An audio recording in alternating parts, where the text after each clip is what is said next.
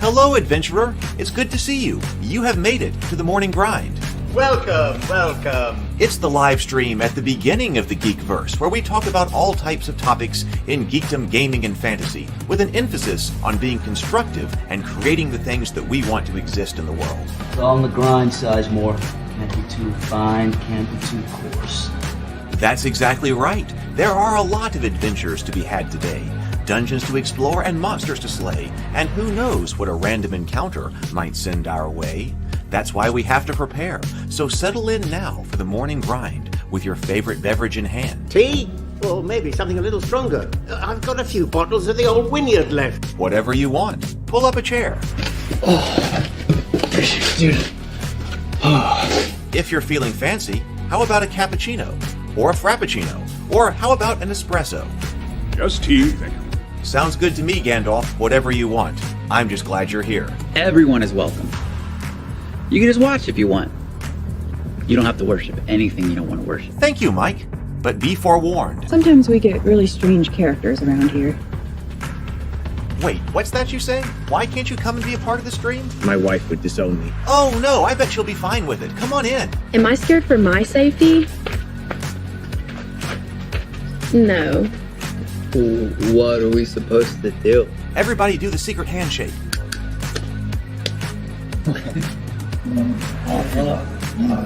Secret cultist handshake. Oh, now do wizards who love each other. This, my friend, is a science. I still don't have gifts, but it's fine. It's all on the grind, son. Can't be too fine, can't be too coarse. Dude, this would be a sick place to bring the band. Indeed it would be, Dave. It really would. I'm seeing more people coming in. Welcome. Glad to have you here. Oh, look, here's someone new. Is this the cultist meetup? Yes it is. Come to hang out? Please accept me. I have nothing else. Okay, we accept you. Everyone's welcome here. Brought some snacks. Well, that makes things even better. You want some coffee? I don't drink coffee. You sure? It's cultist coffee. What makes it cultist coffee? I'm a cultist and I'm drinking it. Oh. Then I'll have some. What exactly is going on here? I'm seeing more people coming in. Welcome. It's so great to have you. Oh, and look, here comes another stranger. Can we help you? Yes, fellow cultists. I could really use some food. Oh yeah? Welcome. We have donuts. Oh, it's me. I'm glad I'm here.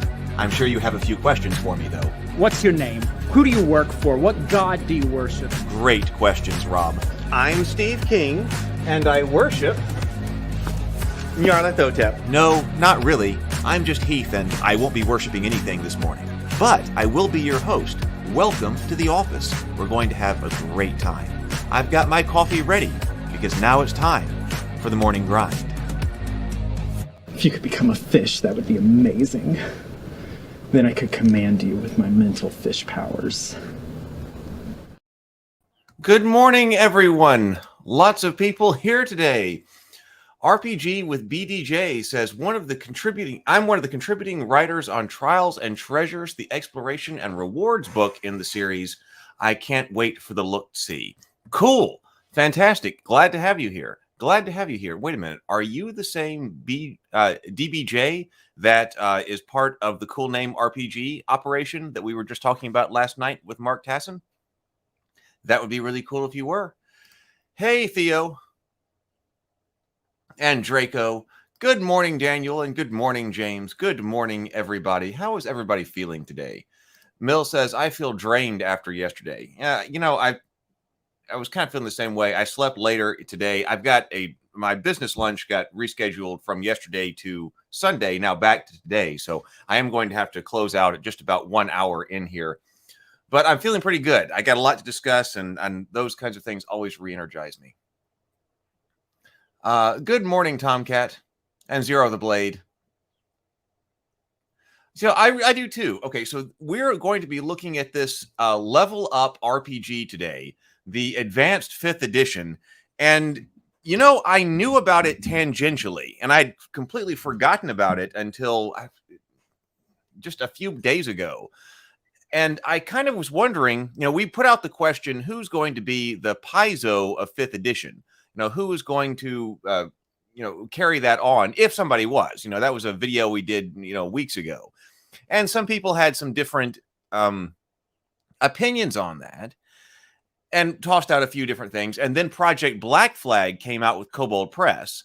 And it seemed like, oh, well, then it seems like in the round, generally speaking, that Kobold Press seems to be doing with 5th edition what Paizo had done with 3.5 with Pathfinder. Seemed like. But then I remembered this game. Nobody brought this game up in that discussion. Because it seems like, oh, yeah, well, now, hey, somebody's already doing this. It's the N-World Publishing or N Publishing advanced 5e level up. Nobody brought it up. And so I was kind of wondering why. It seems like, because I had forgotten about it too. So it seems like this is a game that's kind of gone under the radar here and not really been one people have been talking about. But maybe we should be. Sable Phoenix, command you with my mental fish powers. I was having some more ideas about the cultists yesterday and this morning. Good morning, Bart. Lots of people here. Barnett, Zero Theory, Darth Knight. Good morning, everybody. Keith Crow is here, I see. Rhino Watcher, great feeling this morning. Gamed yesterday. Wonderful. Zero the Blade has joined the channel, is our newest member of the channel. Thank you so much, Zero the Blade, for doing that. I really appreciate it. I think that's a fun thing to get started here. We're going to be doing a members only live stream at the end of the month. We'll do one of those monthly. So that'll be part of the members material. And then also I'm getting it set up so that the World Anvil worlds that we're building here, the World Anvil pages are going to be set up so that the channel members have access to material on the World Anvil pages and more. So I'm really looking forward to that and building this community around here. So thank you so much, Zero the Blade, for being here with us. We've got different coats of arms to go by by the names for the members about how long they've been channel members. Let's see here. Darth Knight does ask, anyone know how level up works on Roll20? I'm new to Roll20. I don't. I played a game in Roll20, but I have not ever set it up or anything like that. Let's see here. All right. Let's go to the morning messages, and then we'll get into this.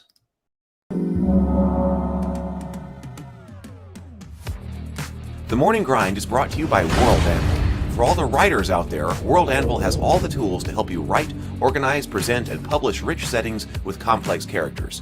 Write, world build, and manage your story all in a single platform. Use the code MORNINGGRIND to get 40% off yearly subscriptions. The Morning Grind is also brought to you by the Cool Name RPG. Anyone will be able to use the system for any project they can imagine, and they can do so irrevocably, perpetually, and without paying a dime to anyone, ever. Support its development now on Kickstarter. And thank you for being here with me live on The Morning Grind. And if you're watching on replay, welcome to you as well. It's great to have you here. If you're enjoying The Morning Grind, please click the like button and subscribe to the channel if you're not already. It will really help the channel grow, and I would be very thankful. We also have the Ravenkeep Discord server you can join if you would like to be a part of the community. Alright, that's what you need to know. Let's get to the main topic. Did you catch the discussion with Mark Tassin last night? I thought that was a great discussion. We talked a lot about RPG and game design, stuff like that. I wanted to check in right before we get started and just see how he was doing with how the Cool Name RPG was doing. So we have got, let me present, share screen. So Cool Name RPG. Hey, if you want to know more about it, do watch the live stream from last night with Mark Tassin. He's the lead designer there. So he is at $6,662 of $8,000 funding goal with 132 backers. Hey, I'll put this link in the chat. Oh, and then also, so that's what I thought. So we have another member. So right. So this is BG. When I saw DBJ, I was like, wait a minute. I believe I know who that is. So let me put Cool Name Kickstarter. put the link right there in the chat. So we know who is in the chat here. We go down right here. So DBJ right here in the chat, right here, one of the consulting designers of the Cool Name RPG. So awesome. Thank you so much for being here, man. Great to have you. Hey, you know what? While I'm sitting here on Kickstarter, let's check out in on another one of my friends, because Brian Colin, we've looked at the Vast Grim RPG on this channel before, and he does happen to be on Kickstarter right now. So if you've been looking at the Vast Grim material and or want to go back to the morning grind and look at Vast Grim, they've got 7 days left to go, and have raised $137,000 for 3 new Vast Grim books. So, and they always put, this is being published through Infinite Black, which was the company that I helped to co-found. I'm no longer with Infinite Black, but Infinite Black has been working now with Brian to develop Vast Grim, and of course they've got they always put tons of stuff. Infinite Black always has tons of stuff on their Kickstarter pages. So that's another one's going on right here. I'll just stick this one in the chat as well. Vast Grim, if you want to check that one out. Let's see.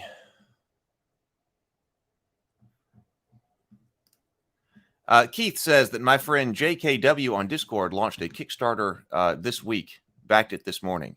Hey, put a shout out in the Ravenkeep Discord server. Yes, please do like the video. I know, and if you are not subscribed, please do subscribe to the channel. I'd really appreciate it, because only about 9.4% of people who are watching are subscribed.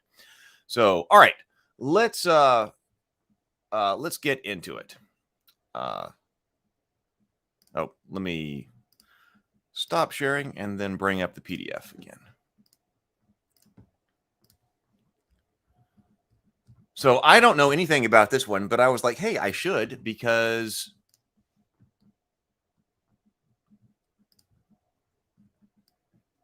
so has anybody played this one? So has anybody played this or is playing this in the chat?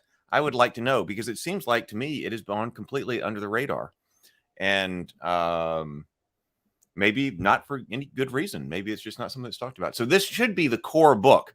I was looking, there are several books out for it, lots of books, but this one right here said, everything you need to adventure. So the Adventurer's Guide. So let's try to figure out what this is, because maybe it's excellent. I mean, I think there's things to be improved about 5th edition. I was kind of talking with Mark about that last night, and he said, well, there are things about every different kind of game system. And that's true, but hey, maybe somebody's actually taking the opportunity to have already cleaned this up. Maybe Black Flag is going to do that. But hey, maybe it's already been done right here.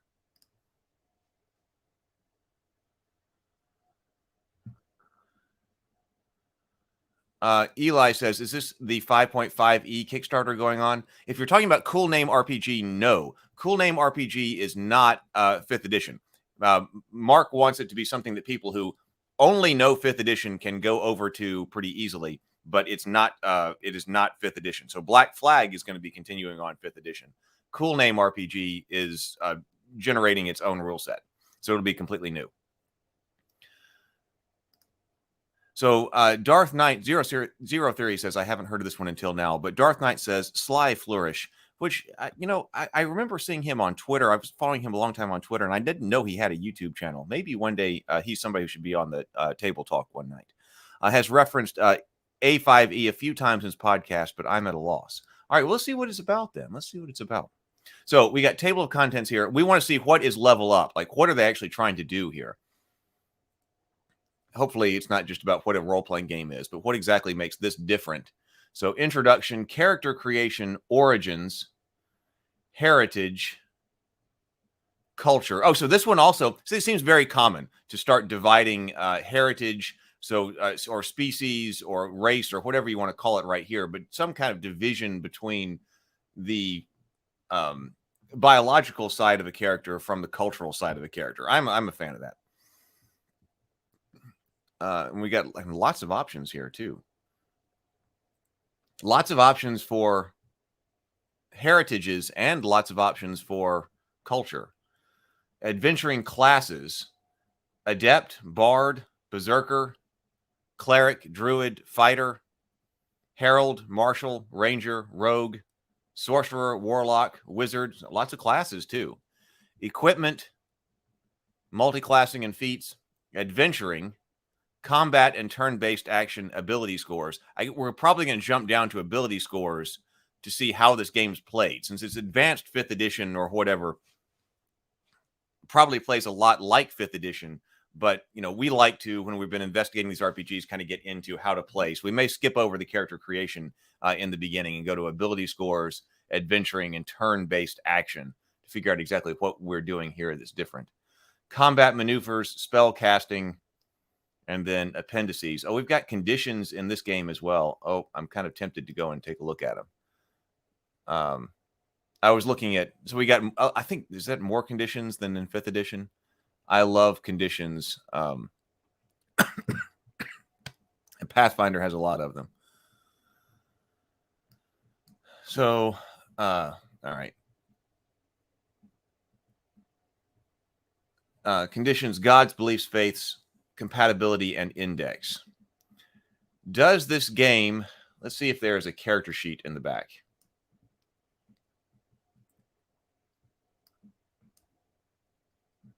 Oh, okay. We do have a character sheet, so this is good to look at.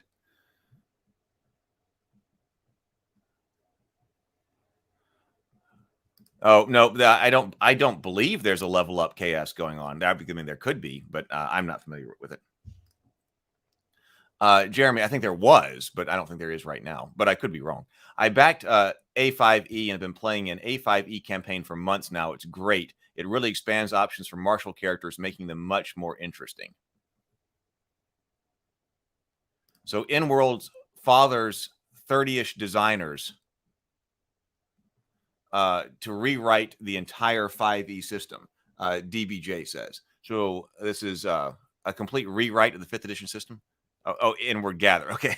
Gathers 30-plus designers to redesign the entire 5e rules. I mean, that sounds exciting to me. That sounds exciting to me. Jeremy Wade says, best thing about A5E is encounter building and having actual tools for all 3 pillars of play. Well, this sounds very promising. This sounds very promising. Good morning, Successful Geek. I love the idea of A5E. I need to check it out. I was hoping the tools to make balanced encounters a little bit better or easier. Being built off 5e, it's an easy transition. I've been playing 5e since D&D Next beta. So step dice are used instead of plus X or minus X used in Pathfinder 1E. Okay, so let's take a look at this character sheet so we can understand what we've got here. So we've got character name, but then so we've got strength, dexterity, constitution, intelligence, wisdom, and charisma. It looks like we're going to have a place for the an actual score and then a modifier, but then we also have a save associated with each one of these: strength, dexterity, constitution, charisma, and wisdom saves. And it looks like we have an option to be proficient in any one of those saves. We've got a proficiency bonus, an initiative, ability, or skill check, armor class, size, speed, current hit points, temporary hit points. We got death saves here. We've got fatigue. We've got boxes, so I'm not sure how that works. And strife. I don't know what that is. So it looks like we're adding something about fatigue and strife. Now, we do have supply here. Now, Mark and I were talking about encumbrance systems last night. So I wonder if we're doing something like we had supply points in 5 Torches Deep, right? So maybe we got something like that going on here. That was a great discussion, I think, that Mark and I had. Class level and archetype, heritage, culture, background, destiny. Okay, don't know what that is. Source of inspiration, inspiration feature, fulfillment feature. Now we've got skills. We've got passive stealth, passive insight, passive perception, and then passive blank. And then the skills we've got are acrobat, animal handling, arcana, athletics, culture, deception, engineering, history, insight, intimidation, investigation, medicine, nature, perception, persuasion, religion, sleight of hand, stealth, and survival. Seems like I remember a lot of those from 5th edition. A skill check, it says, is a D20. I figured we were using D20s here. Plus ability modifier, plus proficiency bonus, plus expertise dice, proficiency for proficiency bonus for proficient characters, and specialties for expertise, tool proficiencies, and then attacks and damage. So a lot of things that are familiar, but some new things as well. Features and traits, combat maneuvers. Okay, now we don't know what that is. Maneuver save DC, but we were just talking about in the chat that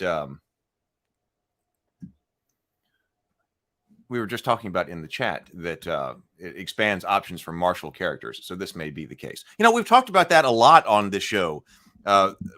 Maintaining power between wizards and martial characters. And I want to investigate more the system of that, what it wasn't called special attack, but some type of special maneuver or special attack that was being used in Dungeon Crawl Classics. That seemed interesting. So maybe we got something similar here. I'm excited about looking into this. Level up. We'll see, we got character appearance, followers and strongholds. All right. Character backstory, allies and organizations, equipment, treasure, bulky items, maximum bulky items. Oh, now we got spells here, cantrips, and such. And then the OGL 1.0A in the bag. All right, cool. Let's go back up to the table of contents. I'll see what people are saying over here. Jeremy Wade says, a few changes I like include expertise dice instead of static doubling of skill proficiency. As a 5e DM, it can be frustrating having players easily gain expertise in 5e and roll crazy high rolls. The expertise dice tones that down a bit, making it much more reasonable. Darth Knight says, I'm in favor of a slot-based for encumbrance system. I like, generally speaking, I like slot-based for encumbrance systems as well, or something similar like that. I'm not, I think that tracking items pound by pound is too much. But I'm hugely in favor of the presence of inventory and encumbrance systems because I think they can enhance the game. But yeah, so Jeremy provides some additional supply information. Yeah, you've got to expend 1 supply a day. It represents your daily use of water, food, water, etc. Ah, okay. So instead of tracking, yeah, we talked about last night how I thought there's probably some type of optimal number of resources that you need to balance during any particular game session. Now, what those resources are can change depending on what you're doing session to session. But instead of tracking food and water, if that's not necessarily something that is significant, you could put those together into something like supply. Okay, let's so A5E has different fighting schools that has various classes gain access to. Each of the fighting schools over different ranks of maneuvers they will get to learn as they level up. Think of it as 5e Battle Master type maneuvers, but available to all martial characters. All right, let's check that out. I'm kind of interested in what they do with orcs here, because we've talked quite a bit on this channel about the nature of evil and orcs and orcishness and orcish development into cultures as far as the whole scope of gaming goes. So that's so interested to know what they've got here. Cultures, background, classes. Let's just go straight into like actually how to play this game. What are they doing if they're rewriting 5th edition from the ground up? What is that? What are we actually doing here? So we got our scores. 10 or 11 is human average. Each score has an ability modifier. Pretty standard stuff that we're familiar with. It looks like the same kind of standard modifiers there. An ability check tests a character or monster's training and talent to overcome a challenge. The narrator calls for an ability check when a creature attempts an action other than a check that has a chance of failure. When an outcome is uncertain, it is determined by a roll of the die.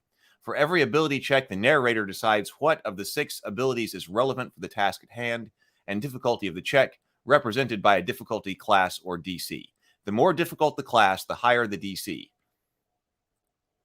To make an ability check, roll D20 and add the relevant ability modifier. Apply other bonuses and penalties, and then compare the total to the DC. If the total is equal to or exceeds the DC, the ability check is a success and the challenge is overcome. Otherwise, failure. Okay. Now we talked about failing forward last night as well. Highly contentious. Success without rolling and failing forward. So this is something that we talk about. We talked about failing forwards last night and had a discussion on that. And then I also talk about success without rolling because I think it should be built into a system. So the standard rule up here seemed to be, okay, you're going to be rolling, but we do have this option for success without rolling. So let's see what it says here. The narrator should only call for a roll when an action has a chance of failure. Rolling dice is fun, but a series of bad rolls can leave an adventurer feeling distinctly unheroic or stop an adventure from moving forward at all. When stakes are low, allowing a character to succeed on tasks they're good at drives play forward and strengthens a character identity at the same time. When deciding whether a roll is necessary, consider the character's abilities and skills. See passive checks. For example, a PC with a high strength score might automatically open a stuck door. One proficient in survival automatically spots horse tracks in the snow, or someone proficient in religion naturally recognizes a holy symbol of a prominent god and knows the god's domains. Also, take into account the character's actions. See, I'm actually for gating things like this by skill score anyway, more often than rolling, especially when it comes to knowledge, like religion. I'm generally not a fan of knowledge checks. That doesn't mean that you can't use a knowledge skill to know something. And I know Pathfinder does a lot of that. So I'm interested to know how they do it because a lot of people said it's a great part of the game. Pathfinder 2nd edition. But I'm for like gating knowledge by what's your skill rank rather than having to roll for it. Also, take into account the character's actions. If a player describes their character pulling aside a tapestry, they don't need to roll to find the concealed artifice hidden behind it. It's also worth noting that whether an action can't succeed at all, that a dice roll is inappropriate. When a character attempts the impossible, the only possible outcome is failure. There isn't a chance of failure. Don't call for a. If there isn't a chance of failure, don't call for a roll of the die. Okay. So now, failing forward, that people love to talk about, especially on Reddit. This says, where possible, use failed ability checks to present interesting outcomes and to keep the adventure moving forward.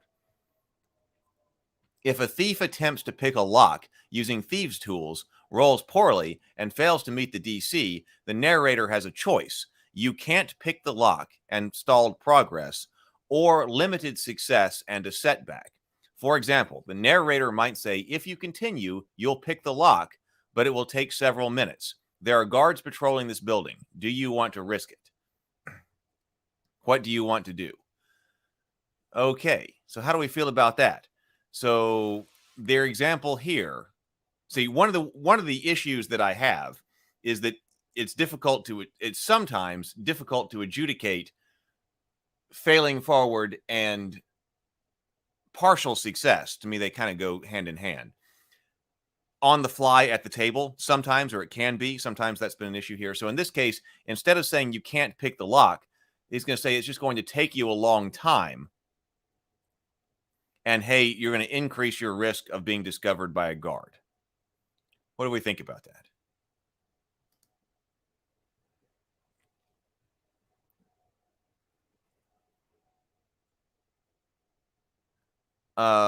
Successful Geek says, one thing I really appreciate about Call of Cthulhu is failing what gives you opportunities to improve your skills. Failing is what it gives you opportunities to improve your skills, because the idea you learn from failure more than success.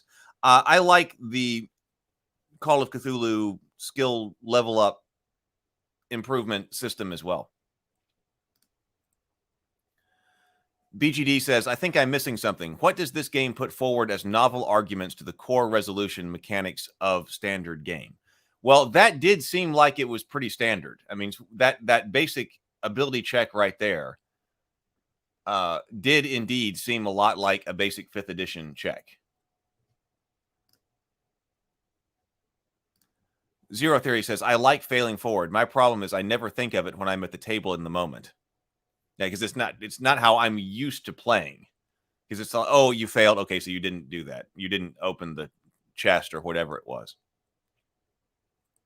It's also, we talked about last night, I think it's important to try to connect the role what you were actually trying to do to the type of complication. See, it's to me, this is kind of not clear. Potentially. Because obviously there was a chance of failure because the roll was called for, right? Because it tells you up here, if there's no chance of failure, do not call for rolls of the dice. So there must have been some potential chance that the thief was not going to be able to pick this lock. But then when the roll was poor, they failed to meet the DC. The narrator actually has a choice. You can't pick the lock, which would be our failure condition, or saying that, oh, no, you can pick the lock. It's just going to take time. Because ordinarily I would have said when we're working on Faded Edge in on Tuesdays, I would say that if you can spend several minutes and pick the lock, then that is success. The game master was just supposed to adjudicate, automatic success. The game master was just supposed to adjudicate how long it was going to take you in order to accomplish that task. So to me, I don't think I would use this example in Faded Edge that on Tuesdays, because to me, that is an example of automatic success. If you continue for additional time, you will pick the lock, but it will take the expenditure of several minutes. The consequence of that is there are guards patrolling the building. Do you want to risk it? So I think what I would have done in this situation is not call for the roll and say, yes, okay, look at your skill. What's the skill of the rogue or the thief trying to do this?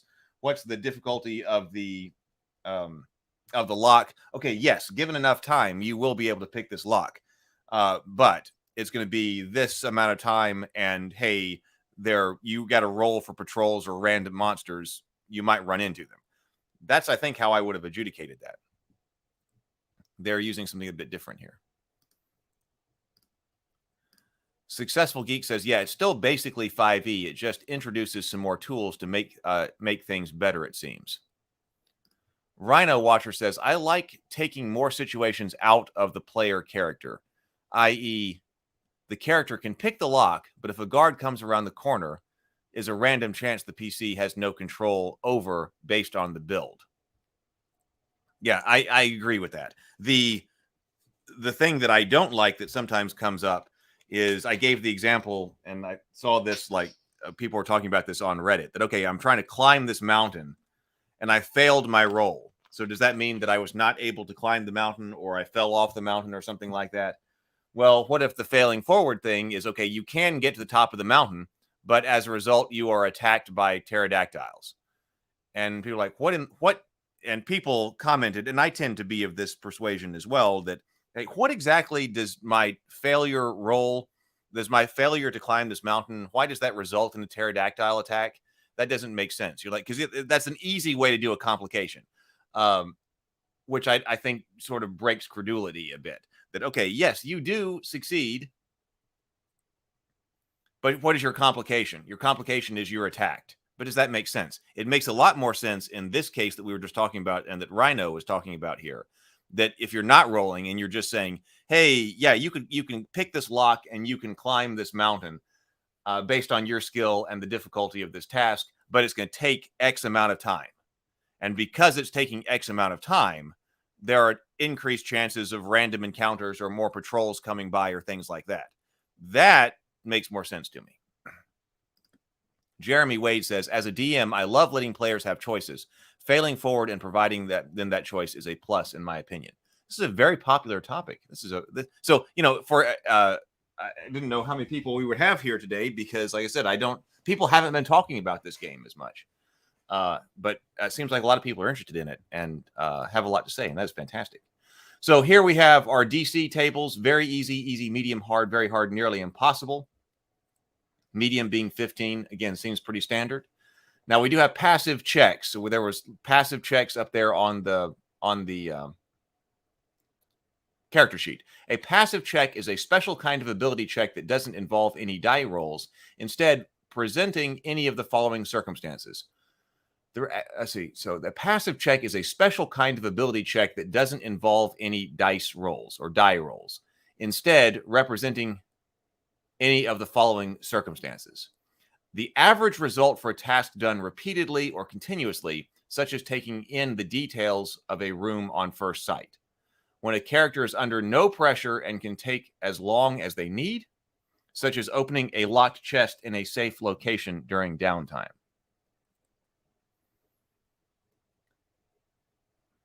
Okay.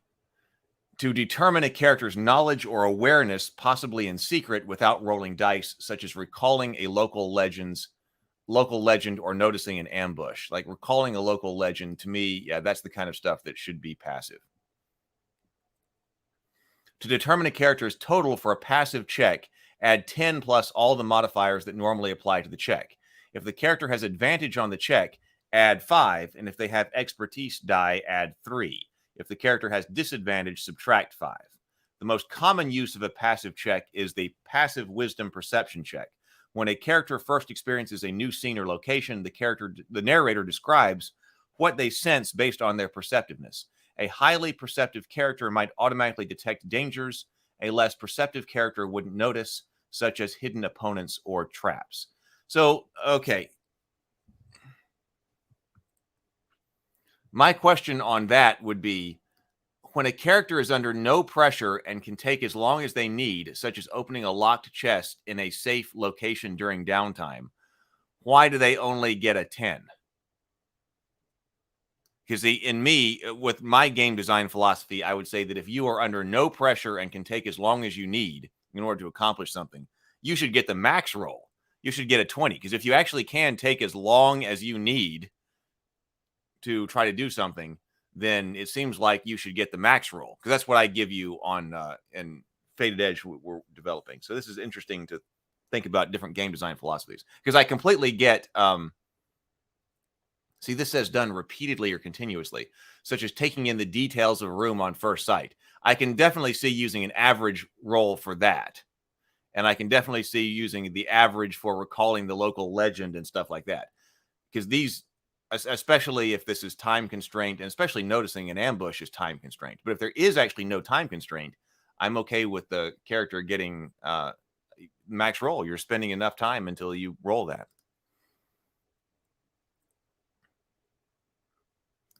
Zero Theory says, the better example I've heard is you fail to pick the lock because the guard opens it from the other side. So the door still opens, but at a cost. Oh, okay. I like that. I haven't heard that example before. Thank you, Zero Theory. You fail to pick the lock because the guard opens it from the other side. So the door still opens, but at a cost. But you still, like, my concern would still be, I still got to come up with that at the table for all possible situations, right? All possible die rolls. I got to adjudicate something like that. Zero Theory, you have to make it a habit. Before the roll, summarize what success and failure mean openly with the player, unless it would spoil something that needs to stay hidden. Good advice. Zero Theory says, I think it should be based on how much of a difference of the DC and die roll to determine the failure option. I think it should be based on how much of a difference of the DC and the die roll to determine the failure option. Yeah, that could be too. You know, Mark and I talked about yes, and yes, but. So I like that system that he articulated better than just generally partial success. Darth Knight says that Flourish seemed to be saying that A5E, which is available on Roll20, could be used as an alternative core to D&D 5E to continue to play 5E using this clone game. I would be more likely to do so, I think. Scott Graham, hi Scott, says every die roll should have something interesting, fun, dramatic about success and failure, attack rolls included, and subtracting hit points or not is not interesting, fun, dramatic. I generally agree with that too. Yeah, that you should make rolls in those circumstances. Subtracting hit points or not might be, it could be, but it's often not in an inflationary hit point situation, and that's when I agree, especially separate situations. DBJ says separate situations. They failed to pick the lock on time. They can do it automatically given time. Yeah. Yeah, if there's a time constraint. If there's a time constraint, then you're what I consider under pressure, and so would need to make the roll. So if the concern is just, can I pick this lock? Yes, you can, given this amount of time. Can I pick the lock before the monster comes around the corner? Now you're under pressure, and you should roll. Successful Geek says, if and when I run 5e game, I will use an A5e because of these encounter tools. Might have to actually spend a couple of days on this. Okay, so we got contests. Sometimes one creature's efforts are directly opposed by another. This happens when 2 or more creatures are attempting the same thing, but only one can succeed, trying to snatch a fallen magic ring off the floor. When a creature's actions are trying to prevent another from accomplishing a goal, such as when an adventurer is holding shut a trap door while a monster is trying to force it open. These situations, the outcome is determined by contested ability checks. Make an ability checks appropriate to their effort and use ability score modifiers set by the narrator. They apply bonuses and penalties, but instead of comparing the total to the DC, they compare the totals of their checks. The participant with the higher check wins the contest, either succeeding on their action or preventing the other from succeeding. All right. Again, pretty basic. Criticals and failures. Do we have this in all rolls? When a creature rolls an ability check, yes, we're not just talking about combat here. An ability check and gets a natural 20 or a natural 1 on the die, it has a critical success or critical failure. And there is an additional effect on the outcome of the action. Refer to an ability check criticals at the end of this chapter to determine additional effect. Okay, so we've got, if you like critical success and critical failure, we've got even more of it in this game than in 5e. So advantage, disadvantage, and expertise. When a narrator asks for an ability check, it might be modified by circumstances, spells, features, or traits that grant advantage. Roll twice and use the higher result. Disadvantage, roll twice and use the lower result, or expertise dice. So basic advantage, disadvantage rules. Okay. Strength checks, expertise, or modifiers. When a player knows about the factors which affect their action, these usually take the forms of expertise dice, or less commonly, advantage or disadvantage. Expertise dice represent training and other details, and the character taking the action is fully aware of these effects. Sometimes the narrator knows about things which affect the difficulty of a task which the player is not aware of. In these situations, the narrator secretly applies modifiers to the DC of the ability check. All right. I would say this. So expertise is something that is intrinsic to the character, because I like to make that distinction as well. So it seems like that's kind of what's happening here. If there's something that is intrinsic to the character that is helping them out, that's expertise dice, even though it says it could also be advantage or disadvantage, but less commonly. So we're kind of crossing it here. But to me, something like an external circumstance might provide advantage or disadvantage, whereas expertise seems to be something that is internal to the character.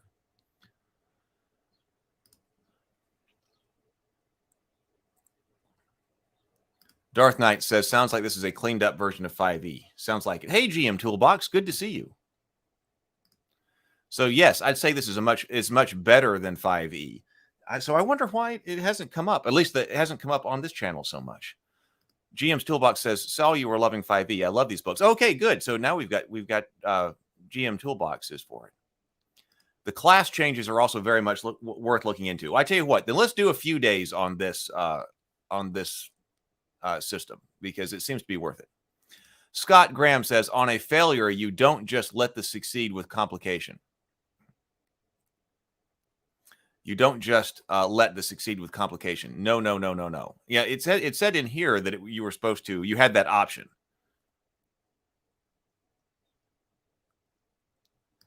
The Nose Plays. Hey, Nose Plays. Good to see you. The lock picking should be one of those tests like roll a d6 until you get a 6x times. Your skill check determines how many times you must get a 6. Each roll, there's a chance a guard comes by. Robert says, sounds like a good place for GM discretion. Sometimes the rules cannot conceive of every contingency.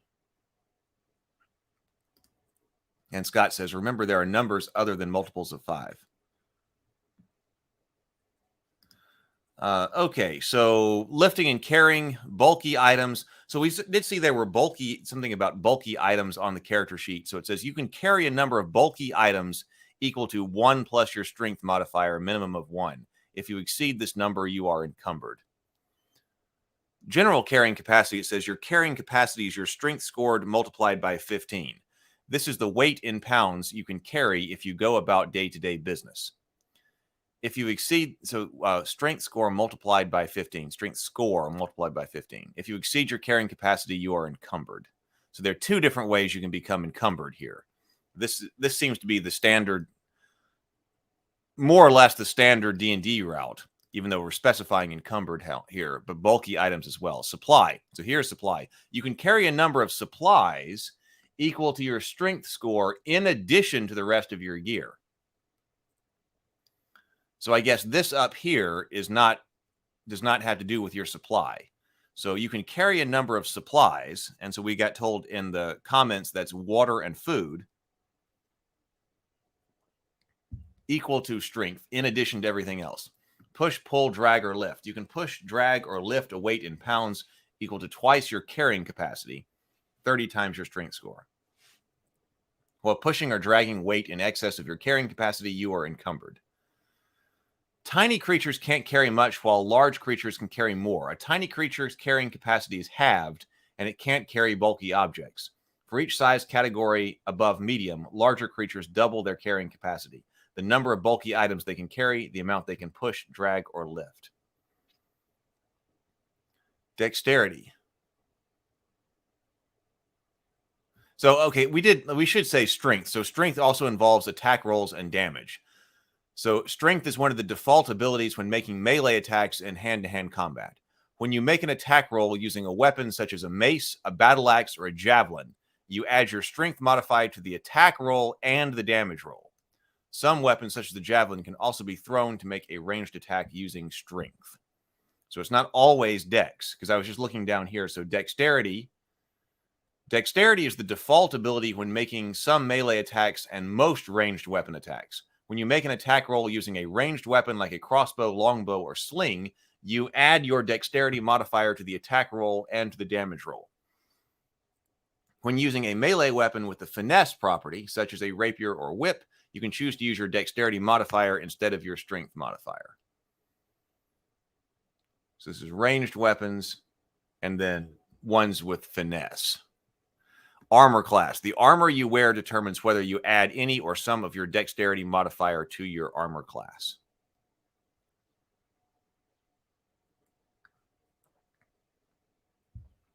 Constitution. Constitution checks are uncommon because the endurance this ability represents is largely passive rather than involved in a specific effort. We've talked about that on this channel quite a bit. That there's some things that you have that allow you to affect the world. And then there are some things that prevent the world from affecting you. And it often seems like something like constitution or health. It's kind of difficult to influence the world with your constitution or health. Really, your constitution, your health, keeps the world from influencing you. Like sickness, disease, poison, that kind of stuff. Constitution is used for any attempt to physically push beyond normal limits over a given time. So hit points are based on constitution. I always I'm always an advocate for strength, or like hit points be based on strength, because it seems like, to me, strength is, now this is game balance issues aside, but strength has to do with your physical mass, and physical mass has a lot to do with like what's going to happen to you when you're hit by a giant axe. GM Toolbox says, for sure, I've been talking about it a bit lately. When I first opened it up, I found that many of my own house rules are standard rules in here. It has some great stuff. And then Jeremy says that there is a separate Adventuring DM's book. I'm looking forward to getting into the Game Mastery Guide for Pathfinder, so we'll have to do the same thing over here. Yeah, this is the equivalent of the PHB, yes. So BGD asks, so what is in the Game Master's book that advances the core mechanics that we aren't seeing here in this book? That's a good question. Haraldur Carlson says, failing forward can also be solved by wording. Can you pick the lock in a timely manner? Yeah, and yes. And that's, yes, to me, that is a critical part of it. If you're under a time constraint, then you are under pressure. If your character, which does happen a lot, which happens a lot in adventuring conditions. I mean, that's a thing. Can you get it done in this amount of time? But if you're not time constrained, then that's something else. Successful Geek says, I think there are a couple of routes. You can do time to pick a lock, but also like the idea of a critical fail on a roll breaks the tools in the lock, so it's about bashing the door open and making a loud noise. Jeremy says the GM book is called Trials and Treasures. It includes chapters on typical GM stuff, world building, but has a lot on encounter design. I know a lot of people are talking about encounter design. And I did like, for instance, I really liked the Pathfinder encounter design. So if this has good encounter design stuff too, then we should definitely look at this. But it has a lot on encounter design, a number of exploration tools and challenges. Rules for journeys and geographic regions. I'm getting excited already. Encounters there, stuff on social encounters. But honestly, the best book of the core is the monster book. All right, let's take a look at hit points here. So a terrible blow from a giant's axe may only leave a bruise beneath an adventurer's armor, but it takes a greater role on their ability to continue fighting. Hit points are more than flesh and blood. They're also sweat, migraines, wherewithal, composure, and more besides. Players and narrators alike should view hit points as an abstraction and not the number of pints of blood in a creature's body. We've talked a lot about hit points on this channel as well. I prefer, I'm not, if you've been following, I'm not against hit points. I am generally against, as far as my design philosophy, inflationary hit points. And I do prefer for what hit points represent to, in general, be more concrete. Your Constitution modifier contributes to your hit points. Whenever you roll hit dice to determine the increase of your hit point maximum when gaining a level or to recover hit points during a short rest, you add your Constitution modifier to each die roll. I feel like we need to, I'm already feeling like this A5E stuff, we need to create books for both Rabavania and Theophany, the worlds that we're doing here in A5E. I need to add that to the list. If your Constitution modifier changes, your hit point maximum also changes as if you had always had the new modifier. So for example, a 10th level Berserker with a Constitution of 17 equips a belt of Dwarven kind, increasing their Constitution by 2 to 19, and likewise their Constitution modifier by +1, from +3 to +4. The Berserker's hit point maximum increases by 10 hit points, 1 per character level, as though their Constitution modifier was always the new value. When they increase to 11th level, they roll a d12 hit die, adding the +4 Constitution modifier to determine their new hit point maximum. Should they remove the Belt of Dwarven kind afterwards, their hit point maximum decreases by 11 hit points because their Constitution modifier decreases by 1. Maybe that doesn't happen a whole lot. Intelligence. What are we doing with intelligence here? Intelligence is frequently used to recall details of the shared adventuring world, representing mastery and education, knowledge obvious to a character, even if unknown or forgotten by the player. It's also used when you need to draw on logic or deductive reasoning. So having a higher intelligence means that having more knowledge than other characters. During character creation, for each point your intelligence modifier is above 0, you can choose a skill specialty from among lore skills: Arcana, Culture, Engineering, History, Nature, Religion.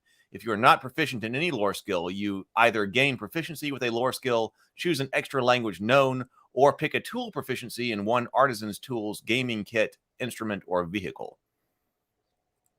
If your intelligence modifier changes, it affects your bonus knowledge.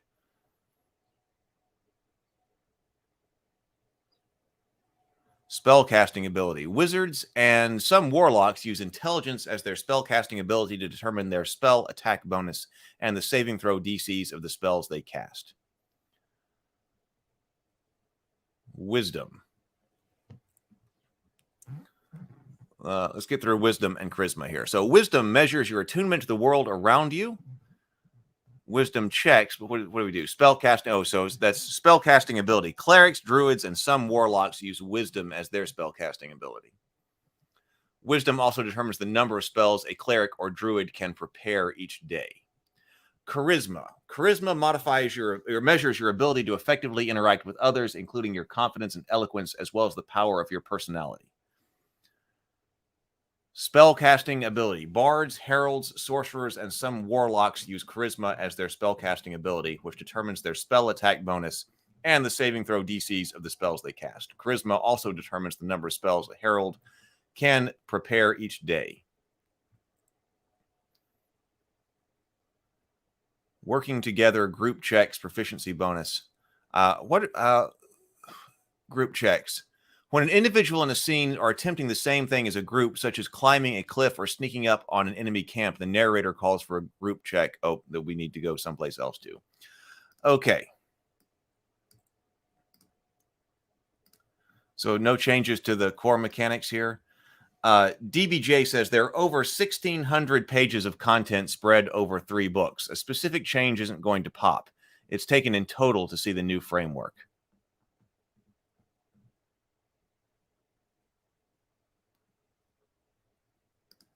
Successful Geek says it's still 5e, just adjusted, so no massive changes.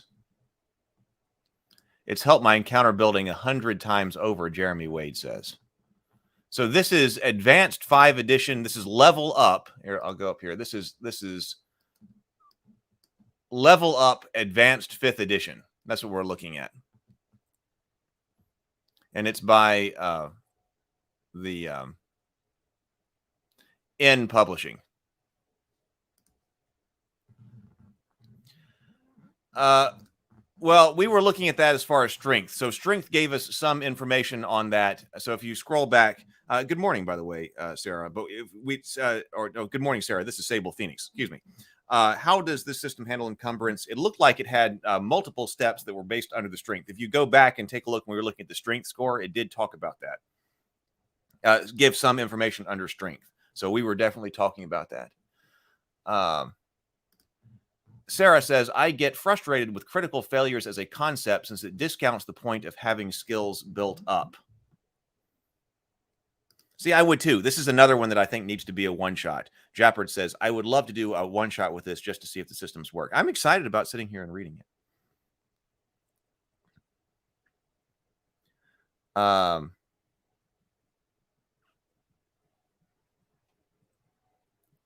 Is A5E intelligible with 5E homebrew? I don't know.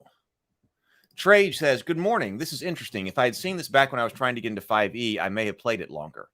Yeah, I'm going to recommend this to Lou, too.